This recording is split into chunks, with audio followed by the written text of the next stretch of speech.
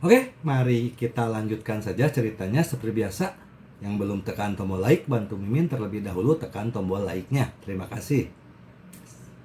Bab 1057 sampai bab 1060. Saat dia sedang berbicara, mata Li Fugui tertuju pada wakil direktur Sun.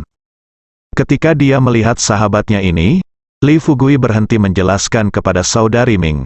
Sebaliknya, dia mendatangi Sun Soukang dan berkata sambil tersenyum, "Lihat mataku, wakil direktur Sun, saya tidak melihat Anda di sini.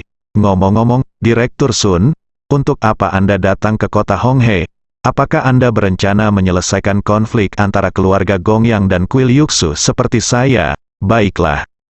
Mungkinkah kamu datang ke sini karena aku membawa Xiaona ke Kuil Yuksu? Jika itu masalahnya, maka kamu datang ke sini dengan sia-sia. Xiaona baik-baik saja sekarang, dan penguasa Kuil Yuksu juga telah ditangkap. Silakan turun dari gunung, dan kamu akan bergaul denganku mulai sekarang." Ngomong-ngomong, Direktur Sun, jika aku membawa Yu Zhen, penguasa Kuil Yuksu, ke game ke-6 kita, bisakah dia juga menjadi kapten atau semacamnya? Di antara semua orang saat ini, Sun Soukang sedang dalam suasana hati yang paling menyedihkan. Ia tidak pernah menyangka Li Fugui mampu menjatuhkan tuan muda Kuil Yuksu Guan. Yang terpenting telah terjadi konflik antara keluarga Gongyang dan Yuksu Guan selama puluhan tahun. Tampaknya hari ini, itu benar-benar harus terjadi, terselesaikan sepenuhnya di bawah mediasi Li Fugui. Pikirkan tentang itu.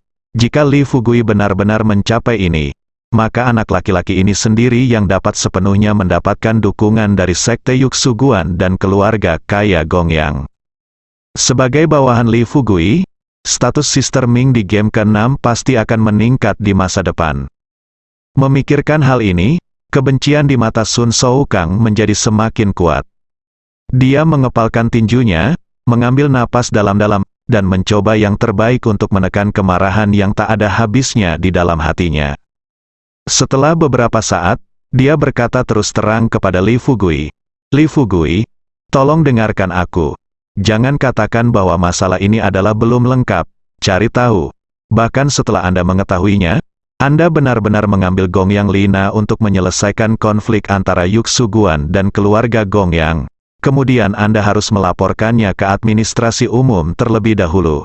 Juga, kali ini karena kecerobohanmu, kota Honghe dimasukkan ke dalam kesiapan tempur tingkat pertama selama 1 hari.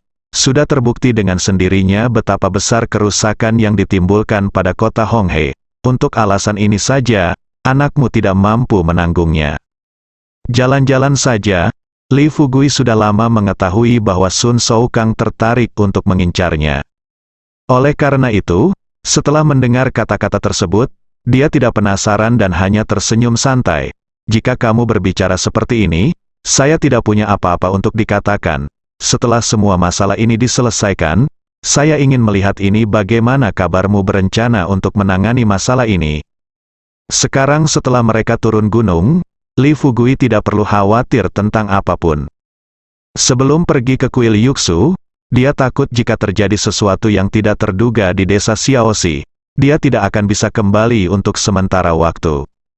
Tapi sekarang, meskipun dia biasanya tinggal di sini di kota Honghe, jika ada masalah di desa Xiaoxi, dia dapat segera kembali dengan helikopter secepat mungkin. Lagi pula hanya perlu beberapa jam untuk sampai ke sana. Karena Sun Soukang berencana membuat keributan tentang masalah ini, dia harus menemani Sun Soukang bersenang-senang di kota Honghe. Jika Anda tidak bisa bermain-main dengan bajingan tua ini sampai mati, itu tidak dianggap bermain-main.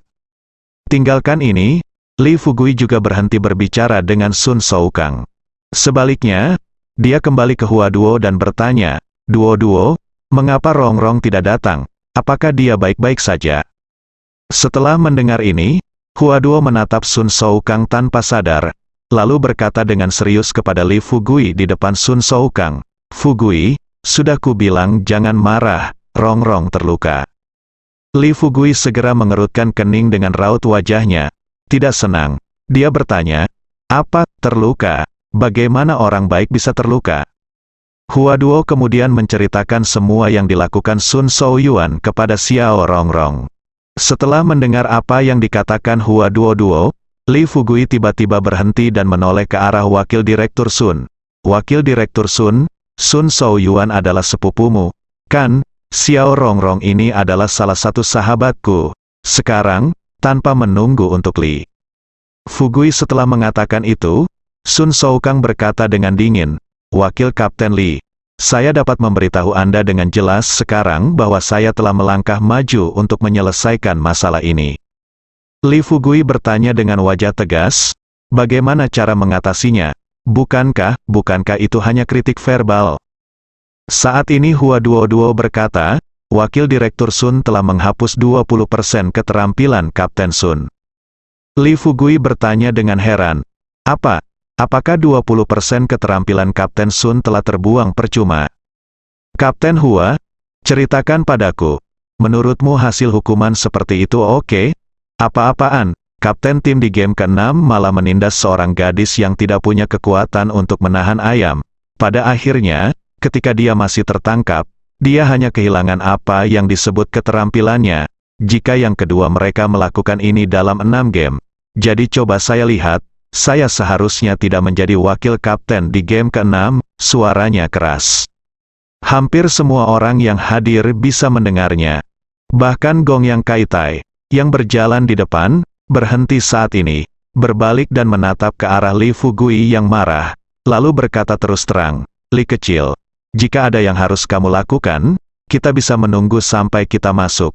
Jangan khawatir, ini Istana Sungai Merah, bahkan jika orang lain tidak bisa memberi Anda keadilan dan keadilan, saya telah bekerja keras untuk membuat Anda merasakan hati nurani dunia. Li Fugui memelototi Wakil Direktur Sun, lalu melangkah maju dan berkata kepada Kaitai, terima kasih banyak, Pak Tua, sekilas saya tahu bahwa Anda adalah orang baik, tidak seperti beberapa orang yang melakukan hal-hal tidak tahu malu atas nama penegakan hukum yang tidak memihak.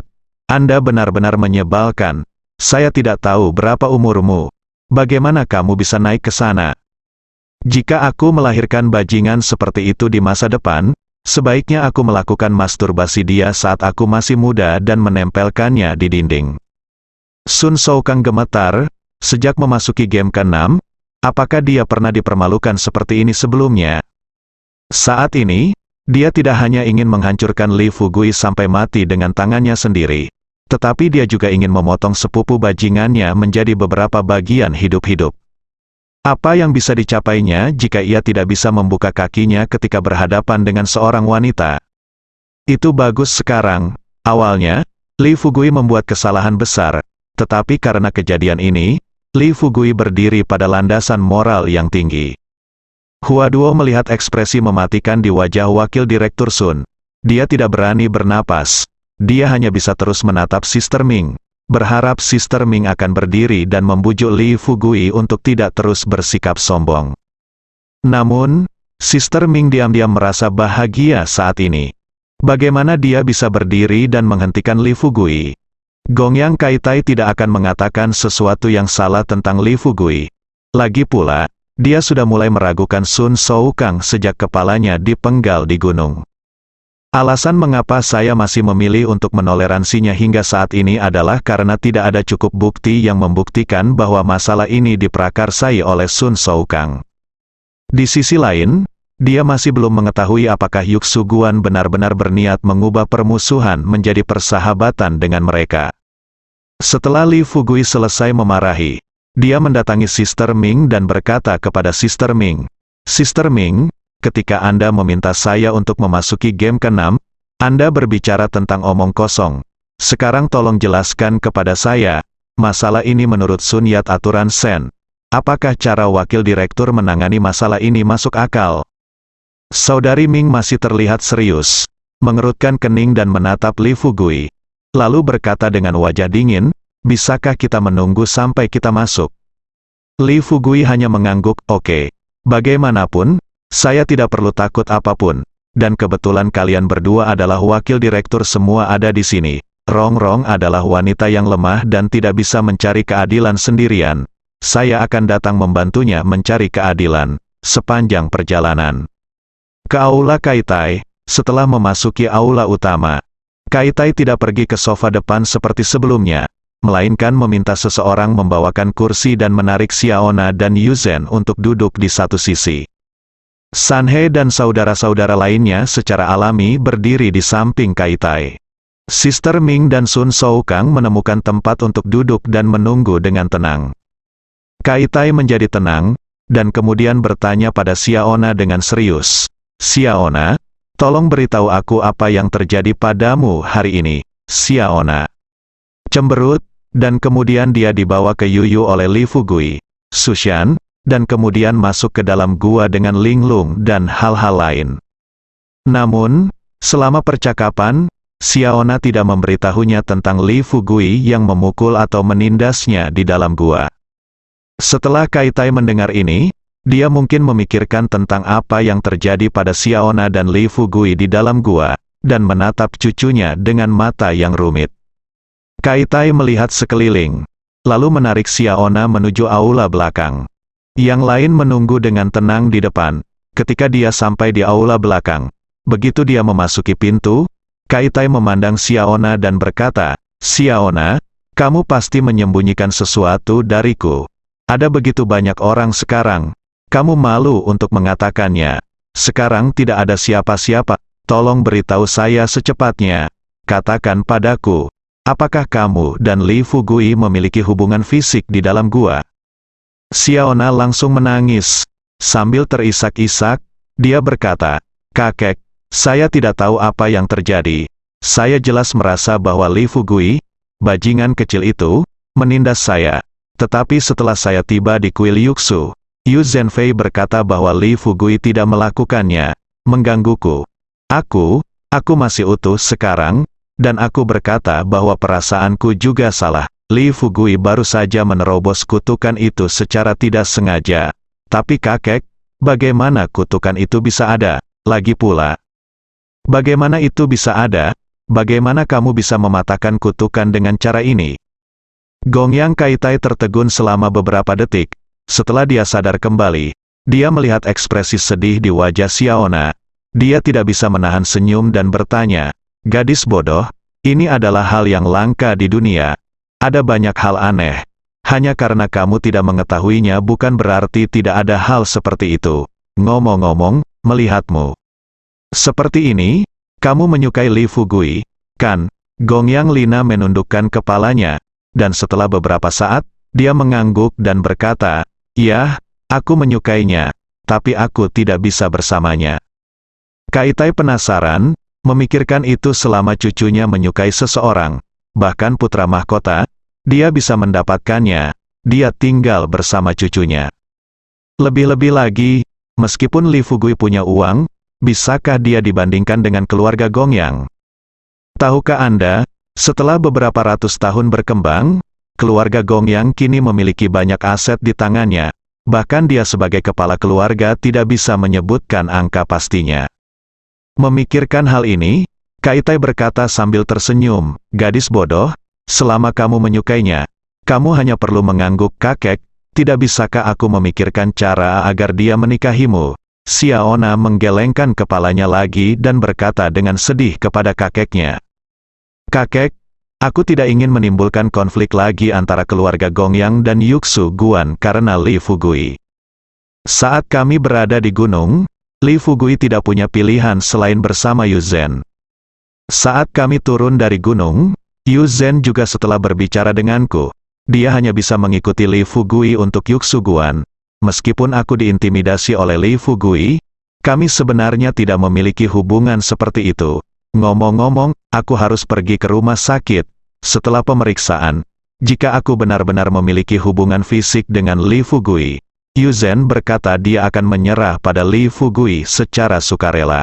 Orang tua itu bingung, dan dia tidak melakukannya, menyadari apa yang dibicarakan Xiaona. "Kenapa kamu begitu bingung sampai Li Fugui dan Yu Zhen mendapat masalah lagi?" Sambil berpikir seperti ini dalam pikiranku, orang tua itu menyentuh bagian belakang kepalanya dan bertanya dengan bingung, "Menurutku orang ini, Li Fugui, baik-baik saja kecuali penampilannya, dia tampak seperti prajurit kuno biasa. Kenapa dia, Yu Zhen seharusnya tidak melakukannya menjalin hubungan dengannya. Xiaona cemberut dan berkata, siapa yang tahu apa yang terjadi saat itu? Lagi pula, Li Fugui, bajingan kecil ini, bukanlah hal yang baik. Aku akan pergi ke rumah sakit untuk pemeriksaan besok. Jika aku benar-benar tidak dibuli olehnya, aku akan berpura-pura saja kejadian ini tidak pernah terjadi. Tapi jika aku benar-benar dibuli olehnya, kamu tidak perlu memberitahuku. Aku akan menikah dengannya dan menyiksanya seumur hidupku. Melihat ekspresi arogan cucunya, Kaitai tahu di dalam hatinya bahwa cucu kecilnya kini jatuh cinta pada Li Fugui.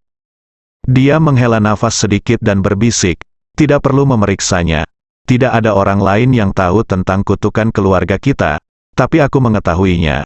Setelah kutukan itu dipatahkan, kamu tidak akan bisa melakukan kontak fisik dengan orang lain selama sebulan, dan kamu rasa sakit yang terjadi saat itu hanyalah tanda bahwa kutukan itu telah dipatahkan. Ekspresi kecewa muncul di wajah Xiaona sesaat, dia menjilat bibirnya yang kering, cemberut dan bertanya, kakek, jadi Li Fugui dan aku apakah benar-benar tidak ada harapan?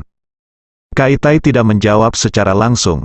Sebaliknya, dia berbisik kepada Xiaona, jika kamu memiliki kekasih, kamu pasti akan menikah pada akhirnya. Jangan khawatir tentang itu. Sekarang kamu telah kembali dan kutukan telah dipatahkan. Batu di hatiku juga telah jatuh ke tangan Xiaona. Tanah juga, tunggu. Sesuatu mungkin terjadi setelah kamu keluar nanti. Kamu harus lebih tenang dan jangan impulsif, tahu? Xiaona sedikit mengernyit dan bertanya dengan rasa ingin tahu. Kakek, ketika kita turun gunung, Yu Zhen mengatakan bahwa sesuatu terjadi di keluarga kami dan kami menemui beberapa kesulitan. Bisakah kamu memberitahuku dulu? Kaitai menghela nafas, jangan khawatir tentang hal-hal ini untuk saat ini. Aku akan memberitahumu apa yang harus kuberitahukan padamu. Pokoknya, kamu ingat, aku akan memberitahumu nanti. Apapun yang terjadi, kamu harus tetap tenang. Selama kakek ada di sini, kakek akan menanganinya dengan baik. Setelah mendengar ini, Xiaona mungkin sudah berpikir bahwa masalah ini mungkin terjadi, sangat serius.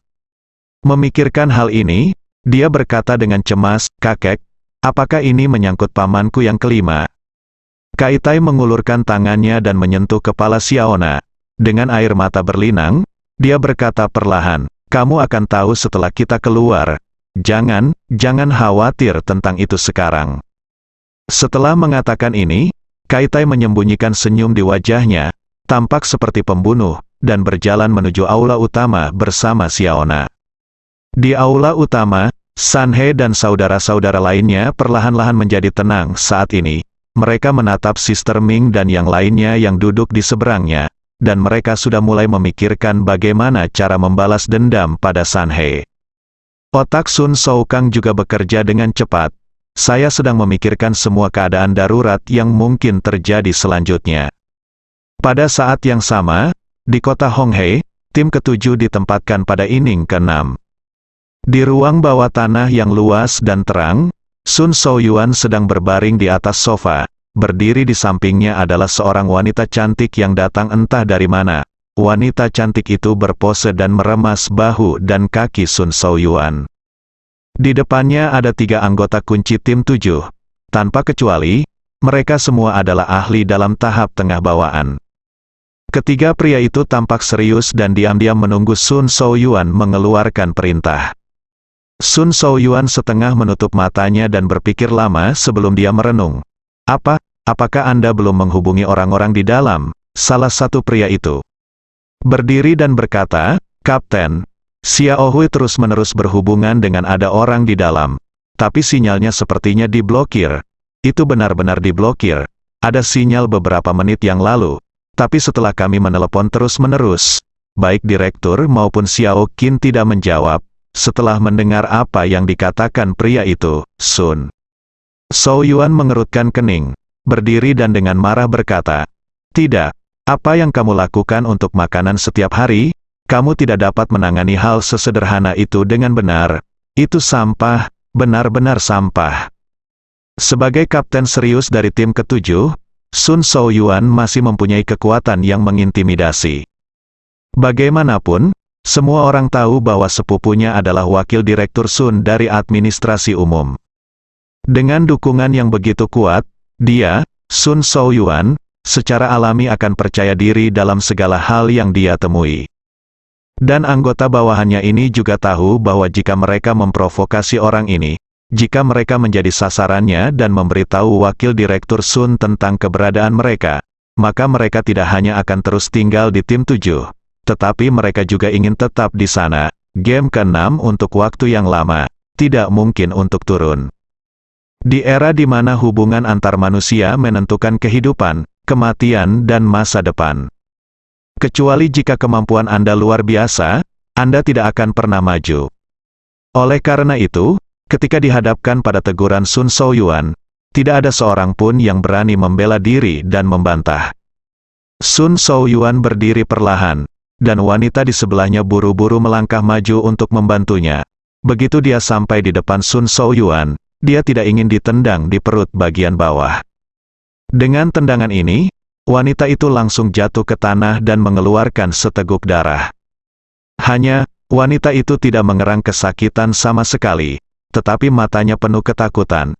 Dia mengatupkan giginya dan melihat ke tanah dengan gelisah. "Pergilah, kenapa kamu masih berdiri di sini? Apakah kamu menungguku memberimu hadiah? Kumpulkan semuanya, dan kita akan segera bergegas ke Istana Sungai Merah." Ketika ketiga pria itu mendengar ini, ekspresi wajah mereka langsung berubah. Dengan ekspresi kegelisahan di wajahnya, pria yang berbicara pertama buru-buru membujuk, "Kapten, game ke-6 kami dan keluarga Ram selalu harmonis satu sama lain. Kami telah damai satu sama lain selama ini. Sekarang jika kita semua terburu-buru ke Istana Hong Hei, aku takut." Sebelum pria itu menyelesaikan kata-katanya, Sun Shaoyuan bergegas mendekat dan bertanya dengan dingin, "Takut pada apa? Aku khawatir kita akan dimusnahkan oleh keluarga Gongyang. Masih bisakah Anda menangani situasi saat ini? Tidakkah Anda melihatnya? Dua wakil direktur administrasi umum datang ke sini. Apakah Anda benar-benar berpikir mereka ada di sini untuk menangani bajingan kecil Li Fugui ini? Izinkan saya beritahu Anda, tujuan administrasi umum sangat sederhana. Mereka di sini hanya untuk menyingkirkan keluarga Gongyang dari hapus kota Hong Hei. Juga, beraninya Anda mengatakan bahwa kami berdamai dengan keluarga Gongyang. Berapa banyak dari kota Hong Hei sumber daya obat mujarab dan Yuanxi yang telah kita gunakan selama bertahun-tahun, Anda juga tidak membutuhkan milik Anda. Pikirkanlah, di belakang kita ada game ke-6, dan di belakang game ke-6 adalah seluruh Tiongkok, sebagai lapisan terakhir dari perlindungan untuk Tiongkok. Kenapa keluarga omong kosong dapat menempati 80% sumber daya, dan kami hanya menempati 1% 20%? Lihat betapa bodohnya kalian semua. Kenapa ketujuh tim kami menerima sampah seperti kalian? Ayo, percepat, kita akan berangkat dalam 3 menit. Jika ada yang tidak bisa datang dalam waktu 3 menit, tunggu saja sampai saya memberitahu Direktur Sun untuk maju dan menangani masalah ini. Sun Shaoyuan tidak bermaksud marah pada bawahannya, dia marah karena suatu alasan. Sejak sepupunya memanggil Qin Hui ke Istana Sungai Merah dan memintanya keluar untuk melakukan tugas tersebut, Sun Shaoyuan merasa sedikit tidak nyaman. Meskipun dia yakin sepupunya tidak akan melakukan apapun padanya, indera keenamnya selalu mengingatkannya bahwa sesuatu yang besar akan terjadi selanjutnya. Saat ini, putra kelima dari keluarga Gongyang, Gunung Gongyang, telah direncanakan untuk dibunuh oleh mereka. Menurut rencana awal, selama ahli waris keluarga Gongyang lainnya berani mengambil langkah keluar dari Istana Hong Hei, mereka akan membunuh mereka semua ketika saatnya tiba. Singkirkan itu. Tiba-tiba, tampaknya ada beberapa bimbingan ahli di istana. Tepat setelah kaki depan gunung mati, Istana Sungai Merah menutup pintu dengan rapat. Hal yang paling kejam adalah para bajingan ini benar-benar memblokir semua koneksi antara Istana Sungai Merah dan dunia luar, dunia. Mereka tidak tahu apa yang telah terjadi di istana selama ini. Jika keluarga Gongyang melampiaskan seluruh amarahnya kepada sepupunya karena kejadian ini, begitu sepupunya terbunuh, dia, Sun Shaoyuan, akan menjadi target pembunuhan berikutnya. Sekalipun tidak ada seorang pun dari keluarga Gongyang yang datang untuk membunuhnya, bawahannya akan berusaha semaksimal mungkin untuk memastikan bahwa dia mati tanpa tempat pemakaman. Anda tahu apa yang Anda lakukan? Selama bertahun-tahun, dia telah menimbulkan masalah bagi bawahannya. Karena itu, pada saat ini, bahkan jika dia bergegas dan menghadapi keluarga Gongyang, dia harus mencari tahu apakah sepupunya selamat. Tentu saja, saudara-saudara di bawah Sun Shaoyuan tidak punya pilihan. Setelah mendengar perintah tersebut, untuk menghindari masalah yang tidak perlu, mereka hanya bisa segera keluar dan menghubungi bawahannya masing-masing untuk datang. Kurang dari 3 menit, total lebih dari selusin anggota dari 7 tim hadir. Mengikuti perintah Sun Shaoyuan, kelompok ahli ini bergegas menuju Istana Sungai Merah. Istana Honghei, Istana Kaitai. Ketika Gongyang Kaitai dan Xiaona keluar dari aula belakang, semua orang memusatkan perhatian mereka pada mereka berdua. Kaitai membawa Xiaona ke sofa di depan aula. Setelah duduk, dia memandang putra sulungnya San Shui dan berkata, "San Shui, suruh seseorang mengangkat peti mati itu." San Shui mengangguk, dan ketika dia berbalik, ada sebuah semburat di matanya. Dengan kebencian yang tak ada habisnya, dia menatap tajam ke arah Sun Shaokang. Pandangan sekilas ini, hati kecil Sun Shaokang tiba-tiba terangkat ke tenggorokannya. Sejujurnya, duduk di sini, Sun Shaokang tidak berpikir ada yang perlu ditakutkan pada awalnya. Lagi pula, game ke-6 telah berlalu, dan dia yakin bahwa dengan kekuatan keluarga Gongyang, tidak mungkin dia bisa bersaing dengan game ke-6. Peluang menang, mungkin game ke-6 bisa membuat keluarga Ram menghilang dari kota Sungai Merah selamanya. Tapi sekarang, dia takut. Jangan bicara tentang bagaimana Li Fugui, si bajingan kecil, menurunkan penguasa kuil Yuxu, sedangkan untuk saudari Ming, jika dia bergabung dengan keluarga Gongyang, dia mungkin tidak bisa makan dan berjalan-jalan. Yang lebih menyebalkan lagi adalah ketika Kaitai membawa Xiaona ke aula belakang tadi, dia secara tidak sengaja mengeluarkan ponselnya dan melihatnya. Tapi dia tidak menyangka saat dia dan Li Fugui sedang berdebat di pintu, dia tiba-tiba melewatkan pesan yang diberikan oleh anak buahnya, sebuah panggilan telepon darinya. Ketika dia hendak menghubungi Sun Shaoyuan lagi untuk memintanya agar tidak bertindak gegabah, dia tidak menyangka keluarga Gongyang akan memblokir sinyalnya lagi. Memikirkan Sun Shaoyuan, bajingan tak berotak, Sun Shaokang merasa seperti ada pisau yang tergantung tinggi di lehernya. Pisau ini mungkin akan jatuh suatu saat dan memenggal kepalanya. Saat Sun Shaokang memikirkan masalah ini di benaknya, Xiaona, yang duduk di sebelah Gongyang Kaitai, mendengar kata peti mati dan langsung teringat pada paman kelima yang belum pernah dilihatnya sejak dia kembali. "Kakek, apa yang terjadi dengan peti mati itu? Apa terjadi sesuatu pada pamanku yang kelima?" kata Xiaona sambil menangis. Kaitai berusaha sekuat tenaga untuk menenangkan diri, namun air mata di matanya tetap mengalir dari sudut matanya. Sambil memegang tangan Xiaona erat-erat, Kaitai berkata perlahan, "Xiaona, jangan terlalu bersemangat sekarang. Paman kelimamu memang telah diperkosa oleh seseorang. Dia dibunuh. Tapi hari ini, aku berjanji akan membalaskan dendam paman kelimamu." Xiaona menangis dan berteriak keras, "Paman kelima? Apa yang terjadi? Siapa yang membunuh paman kelima?" "Paman." Kaitai mengertakkan gigi dan pertama kali mengarahkan pandangannya pada Yuzen. "Yuzen, tolong beritahu saya, apakah ada orang dari kuil Yuxu yang datang ke kota Honghei dalam 2 hari terakhir ini?" Menghadapi pertanyaan itu, Yuzen dia berkata terus terang, "Paman. Masuk faktanya, ada orang di kuil Yuxu kita yang pernah berada di kota Honghei."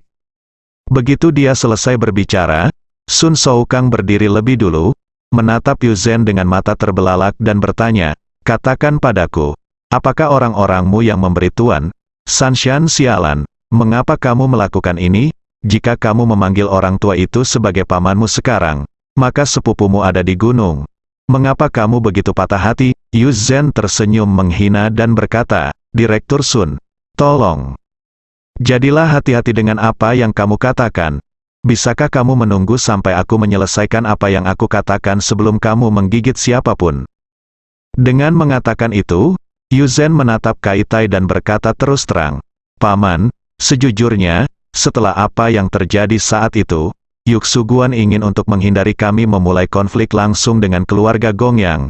Jadi kami mengirim orang-orang biasa untuk mengawasi setiap gerakan keluarga di kota Honghe.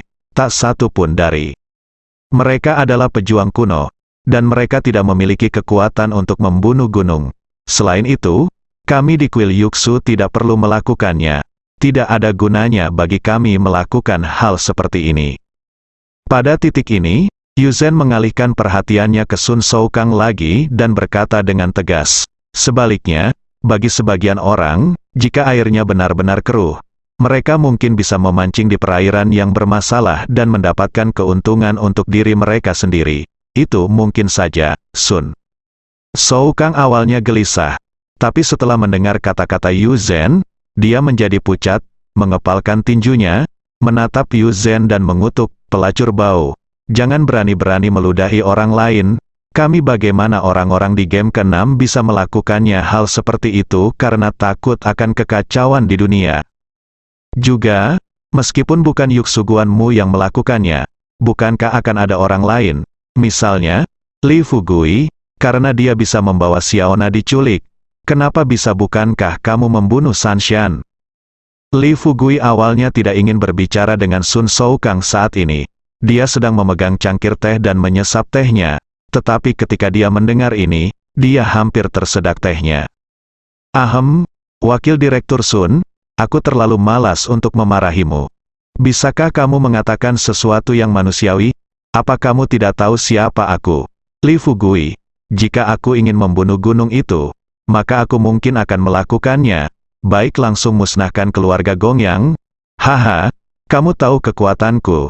Sulit bagiku untuk menghancurkan keluarga Gongyang bersama-sama, tetapi tidak sulit untuk mengalahkan mereka satu persatu dan membunuh mereka semua, bukan?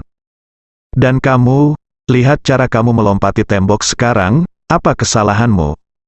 Jika kamu memiliki kemampuan, kamu dapat mengeluarkan ponsel yang dibagikan kepada semua orang di game ke-6, dan kami akan bertanya Patua untuk memberikannya kepada keluarga. Mari kita beritahu mereka dan minta mereka menyalakan sinyalnya. Mari kita lihat lebih dekat, siapa yang akan menerima panggilan dari luar terlebih dahulu. Harus dikatakan bahwa metode Li Fugui langsung memaksa. Sun Shou-kang menemui jalan buntu. Mata Gongyang Kaitai juga berbinar, dan dia menatap Sister Ming.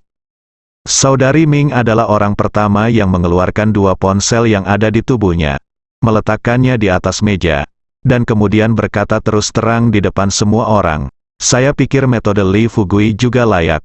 Kebetulan kita bisa buktikan bahwa kita tidak bersalah. Jika saatnya tiba, ponsel jika berdering, ayo langsung nyalakan speaker ponselnya. Jangan bicara dulu dan dengarkan apa yang dikatakan di ujung telepon yang lain. Hua Duo adalah orang kepercayaan Sister Ming. Setelah Sister Ming selesai berbicara, dia segera mengeluarkan dua ponsel di tubuhnya. Hal yang sama juga terjadi pada Li Fugui.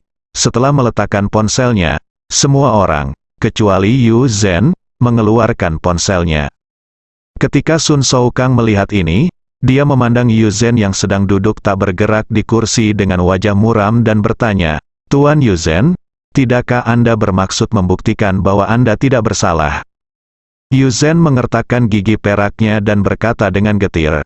Dia memarahi, Wakil Direktur Sun, bisakah Anda menggunakan otak Anda sebelum berbicara? Saya dibesarkan di Yuxu Guan sejak saya masih kecil.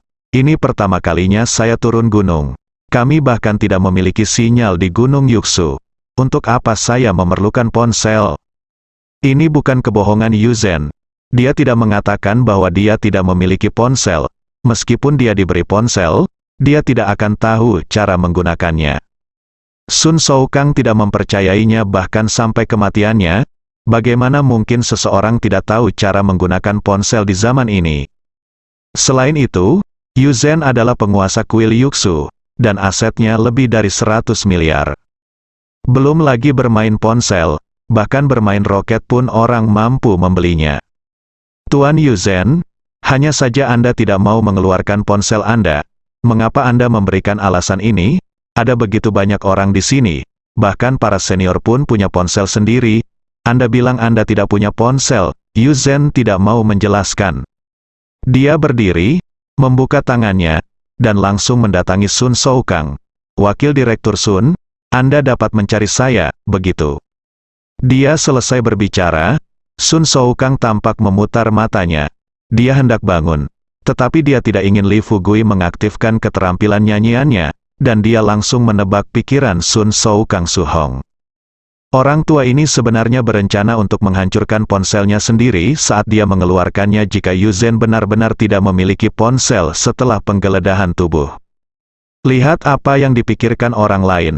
Li Fugui datang ke Yu Zhen dalam 2 langkah dan berdiri di antara Yu Zhen dan Sun Shoukang. Apa yang kamu lakukan? Bagaimana bisa seorang gadis besar membiarkan orang tua seperti itu menggeledahmu? Apakah kamu tidak takut dia memakanmu? Sun Suhong sedang memegang nafasnya di dalam hatinya, tetapi ketika dia mendengar ini, dia hampir mati marah. Meskipun saya tidak tahu malu, saya bukannya tidak tahu malu. Li Fugui, bajingan, diamlah. Aku, Sun Shoukang, tidak mampu melakukan hal yang tidak tahu malu seperti itu. Li Fugui terkekeh, berbalik dan bertanya, apa maksudmu dengan ini? Apakah kamu ingin mencari?